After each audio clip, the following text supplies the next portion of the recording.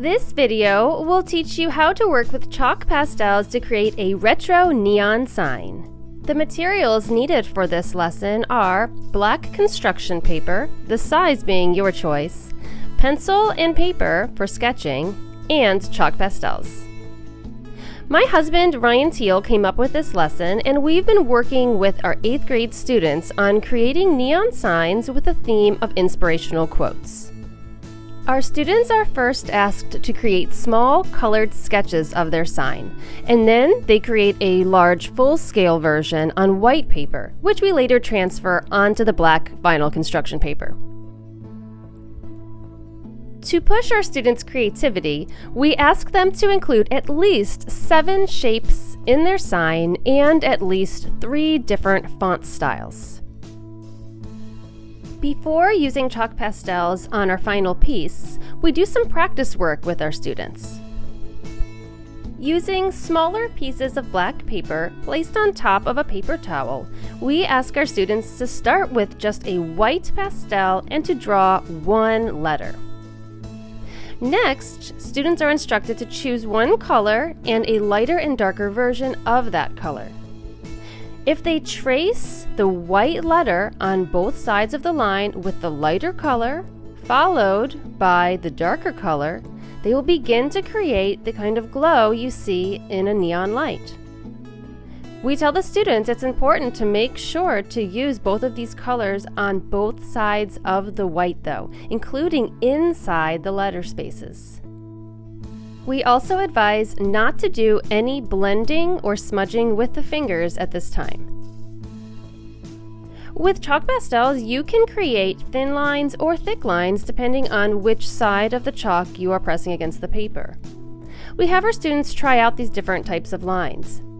Then, with very light pressure, we ask the students to feather the color around the letter and to take one finger and to gently smudge the color into the black paper. Just notice how we avoid touching the lighter part of the letter, and we're really just using the smudging to blend the darker area into the black. You'll notice as I work that dust forms on my paper, and sometimes I need to gently tap the paper onto my paper towel to remove the dust. Always avoid blowing the dust.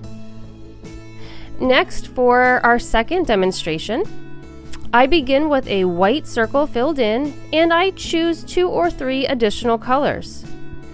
Using these colors, I blend concentric circles around the white from the lightest color into the darkest, most intense color. So I'm going from white to yellow, then to light green, then to dark green here. And I use my finger just to blend out that darker green into the black paper again.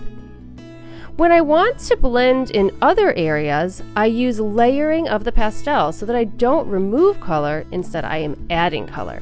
I want my color to be bright and to glow. For the third demonstration, I begin with a line, and for this demonstration, I'll only be using lines to create the illusion of fire or electricity. So starting from a yellow line, I have my students work their way up from yellow to pink to orange and into red. Each time I make more lines, I'm half overlapping the previous color and half adding color onto the black paper. My final demonstration encourages the students to use only dots of color like pointillism or stippling. So I begin again with white in the center, followed by yellow, and then I use the same colors I used previously with the lines to go from orange into red, even into a red-violet. And as I'm making my concentric circles of dots, again, I am partially overlapping and partially going into the black paper itself. After students have been taught these 4 techniques and have had time to practice them, they're ready to begin working on their final sign. So our students at this point would have sketched, colored, and then drawn their sign on their full-sized sheet of white paper. And we can then have them transfer this drawing onto their final piece of black paper. So what we have our students do is to turn over their large white paper drawing and to take a pencil and cover the whole back side of the paper with pencil. We encourage them to use their pencil on its side so that they can do this quickly, and we use a soft pencil so that we can get a lot of dark graphite on that paper. We then tape down the drawing to the black paper so that the pencil is on the back side, and we'll place tape in at least 2 locations or 4 to make sure it's very secure.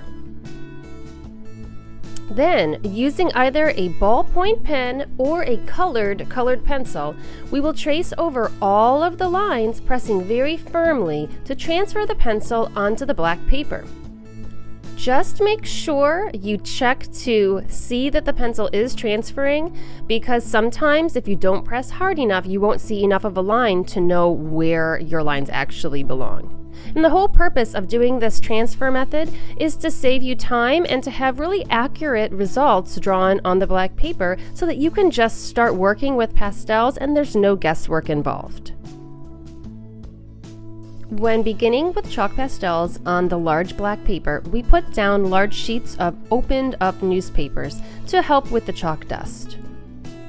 We encourage students to use the techniques that were practiced, but also to experiment on their own. Things might get a little bit messy, and it's not uncommon for you to feel like your drawing is looking worse before it looks better. But we do have 2 things that might help you. Number 1, an eraser. You can use an eraser to erase the smudges from the dust. And also a Q-tip. You can use a Q-tip to help smudge in smaller spaces, but do notice how it takes off a lot of the brightness of the color, so you might have to then go back over areas with lighter colors to brighten them up. Another thing you can do to control the smudging and smearing is put down a paper towel underneath your hand as you work so that you don't smear areas that you had already finished. We also find it necessary to remind our students often that their work is a work in progress until they call it finished, and that it's okay for their final drawing to look a little different than their sketch. In fact, if they decide they want to change colors completely or make additions that were not in the sketch at all, that is completely welcome and encouraged.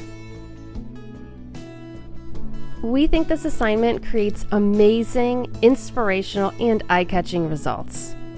I hope this video helped explain how we present this assignment to our students. Thanks for watching. Bye!